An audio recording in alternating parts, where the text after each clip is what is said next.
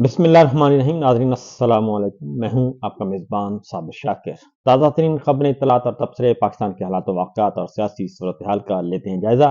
آج ہے 10 اپریل اور دن ہے آج جمعۃ المبارک کا. لیکن 10 اپریل کے حوالے سے آج سے 4 سال پہلے رجیم چینج آپریشن کیا گیا تھا اور آج کے دن عمران خان صاحب پاکستان کے وزیر اعظم نہیں رہے تھے. جو گزشتہ رات گزری ہے تقریباً 12:30 بجے 2022 میں 9 اور 10 اپریل کی درمیانی شب عمران خان صاحب کو تحریک عدم اعتماد کے ذریعے ان کی حکومت کا تختہ الٹ دیا گیا تھا اور وہ تحریک عدم اعتماد جو پیش کی گئی تھی اس کو ڈپٹی اسپیکر قومی اسمبلی قاسم خان سوری آئین کے منافی کہہ کر ریجیکٹ کر چکے تھے. لیکن سپریم کورٹ آف پاکستان کے ذریعے انٹروین کیا گیا اور سپریم کورٹ آف پاکستان نے آئین کے آرٹیکل 69 کو مسمار کیا، بلڈوز کیا اور وہ سارے کا سارا عمل جو ہے جو تحریک عدم اعتماد ریجیکٹ کی گئی تھی، چونکہ وہ تحریک عدم اعتماد ایک سائفر کے نتیجے میں، غیر ملکی مداخلت کے نتیجے میں عمل پذیر ہوئی تھی اور غیر ملکی حکم پہ اس پہ عمل کیا جا رہا تھا. اس کے شواہد موجود تھے ہر طرح کے اور اس کے بعد deputy speaker Qasim Khan sorry نے اس کو ریجیکٹ کر دیا تھا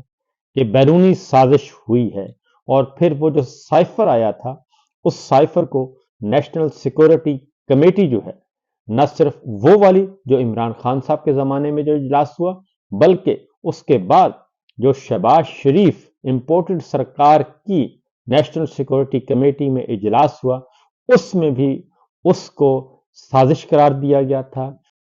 اور اس کو بیرونی مداخلت قرار دیا گیا تھا.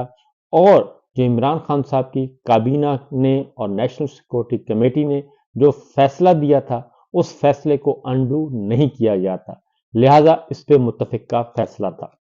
کہ وہ بیرونی مداخلت کے نتیجے میں ہی تحریک عدم اعتماد ہوئی تھی. اب 9 اور 10 اپریل کی درمیانی شب کیا ہوا تھا میں آپ کو یہ بتا دوں کہ اس وقت سپریم کورٹ آف پاکستان کے دروازے کھلوائے گئے، ان کو چیف جسٹس کو گھروں سے نکالا اور ان کو ججز کو لا کے بٹھا دیا گیا عدالتوں میں، کمرہ عدالت نمبر 1 میں لا کر بٹھا دیا گیا کہ ہم کسی وقت بھی آپ سے رجوع کر سکتے ہیں.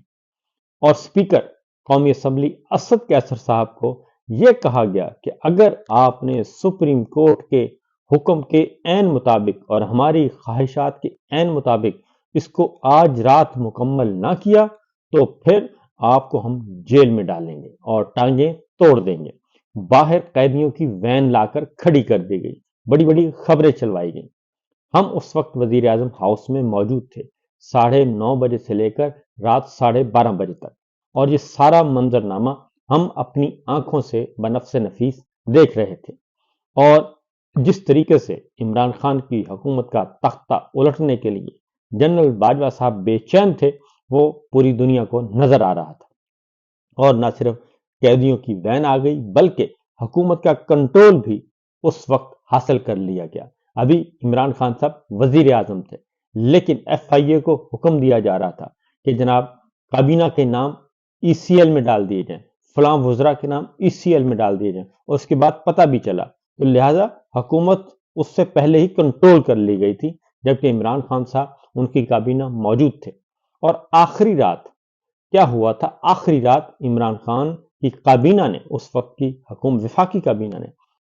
جو سائفر تھا اس کو ڈی کلاسیفائی کر دیا تھا. سیمی ڈی کلاسیفائی کر کے انہوں نے کہا کہ جناب یہ سائفر جو ہے اس کی copy chief justice of Pakistan کو بھی بھجوائی جائے، اسپیکر قومی اسمبلی کو بھی بھجوائی جائے، لائبریری میں رکھ دی جائے، وہاں پہ ارکان پارلیمان اس کو خود پڑھیں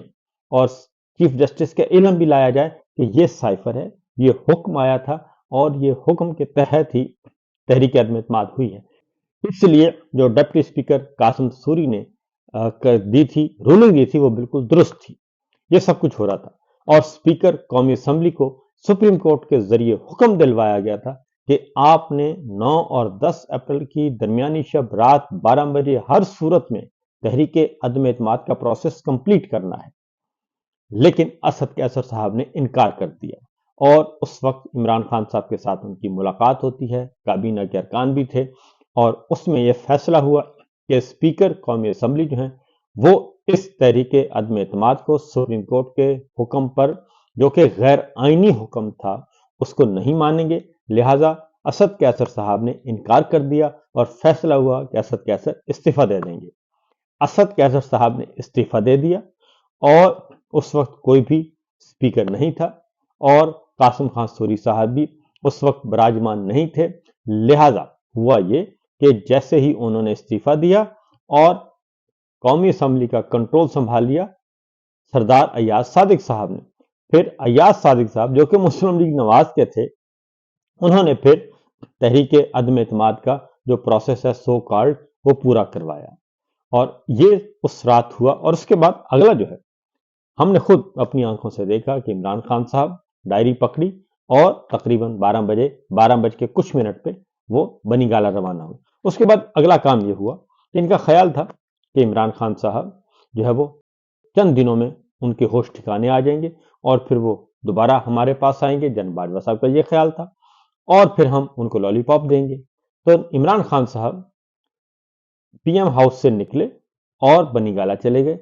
آئین اور قانون کے مطابق وہ مزید اس وقت تک وزیر اعظم کے طور پہ براجمان رہ سکتے تھے، احکامات جاری کر سکتے تھے، جب تک کہ نئے وزیر اعظم کا انتخاب نہ ہو جاتا اور اس کا حلف نہ ہو جاتا۔ لیکن عمران خان صاحب نے ڈائری اٹھا کے بنی گالہ گئے اور واپس وہ وزیر اعظم ہاؤس نہیں آئے اور بالکل لا تعلق ہو گئے، اور انہوں نے دوبارہ رجوع کرنے کی کوشش نہیں کی۔ پھر جناب جنرل باجوہ صاحب نے اور سروسز چیف اس وقت کے، انہوں نے کہا جی کہ ہم آپ کو فیئر ویل دیتے ہیں، اور عمران خان صاحب کو پیغام پہنچایا گیا کہ تمام مسلح افواج کی قیادت کی طرف سے ہم آپ کو الوداعی ڈنر دیتے ہیں، تو آپ کو رخصت کرتے ہیں۔ تو عمران خان صاحب نے اس سے بھی انکار کر دیا، اور انہوں نے کہا کہ اب ہماری ملاقات، آپ نے جو کرنا تھا وہ کر دیا، اب میں جو کروں گا وہ میری مرضی ہے۔ لہٰذا انہوں نے تحریک شروع کر دی، اور اس کے بعد عمران خان صاحب نے جو پیشن گوئیاں کی وہ بالکل درست ثابت ہوئیں، اور اس کے اکارڈنگلی سب کچھ ہوتا گیا۔ لیکن پھر آپ نے دیکھا کہ 4 سال جو کچھ پی ٹی آئی کو کچلنے کی کوشش کی گئی، عمران خان کے ساتھ جو کچھ ہوا، ان کی فیملی ممبر کے ساتھ،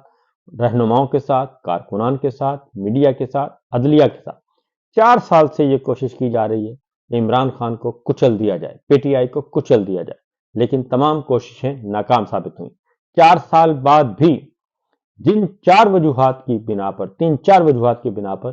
جو کہا گیا کہ عمران خان کو ہم اس لیے ہٹا رہے ہیں کہ یہ معیشت خراب ہو رہی ہے، یہ معیشت کو ٹھیک نہیں کر رہی ہے، ان کی گورننس ٹھیک نہیں ہے، ان کی خارجہ پالیسی ٹھیک نہیں ہے، ان کی داخلہ پالیسی ٹھیک نہیں ہے، ان کی افغان پالیسی ٹھیک نہیں ہے، یہ سب کچھ ان کے الزامات عائد کیے گئے، جبکہ حقیقی طور پر عمران خان صاحب کے زمانے میں دنیا نے تسلیم کیا کہ پاکستان نے کووڈ-19 جو آیا، کووڈ کو جو اچھے طریقے سے کنٹرول کیا، پاکستان ٹاپ 3 ممالک میں شامل تھا، اور معاشی ترقی 6.2% کے حساب سے ترقی کر رہی تھی۔ یہ معاشی ترقی کی رفتار تھی۔ غربت، مہنگائی، بے روزگاری کہیں کم تھی، اور ہیلتھ کارڈ اناؤنس کر دیا گیا تھا، کسان کارڈ اناؤنس کر دیا گیا تھا، اور لوگ استفادہ کر رہے تھے، قوت خرید بڑھی ہوئی تھی، یہ سب کچھ ہو رہا تھا، ریل پیل تھی، اور سرمایہ کاری آ رہی تھی، ہماری صنعتیں چل رہی تھیں، لیکن یہ سب کچھ نظر نہ آیا۔ اور اس کے بعد 4 سال سے، اس وقت سے لے کے آج تک، امپورٹڈ سرکار، کاکڑ سرکار، اور اس کے بعد آپ کی موجودہ الیکشن چور سرکار، ان سب سرکاروں کو آزما کر دیکھ لیا، پاکستان بدترین حالات میں ہے اس وقت بھی۔ نہ معیشت ان سے ٹھیک ہوئی، نہ سرمایہ کاری آئی، غربت، مہنگائی، بے روزگاری اس سے کہیں زیادہ بڑھ چکی ہے، اور خط غربت سے 50% آبادی خط غربت سے نیچے جا چکی ہے۔ کوئی بھی باہر سے کوئی ملک آپ کے پاس سرمایہ کاری کرنے کے لیے، فورن انویسٹمنٹ جسے کہتے ہیں، وہ نہیں آ رہی۔ قرضوں کی معیشت تلے ملک ڈوب چکا ہے، اور اس حد تک کہ 75 سالوں میں جتنا قرضہ لیا گیا اتنا قرضہ انہوں نے 4 سالوں میں لیا ہے، یعنی کہ قرضہ تقریباً ڈبل ہو چکا ہے، اور وہ ہے آلموسٹ 82,000 ارب روپے کا قرضہ اس وقت ہو چکا ہے، جو کہ 38,000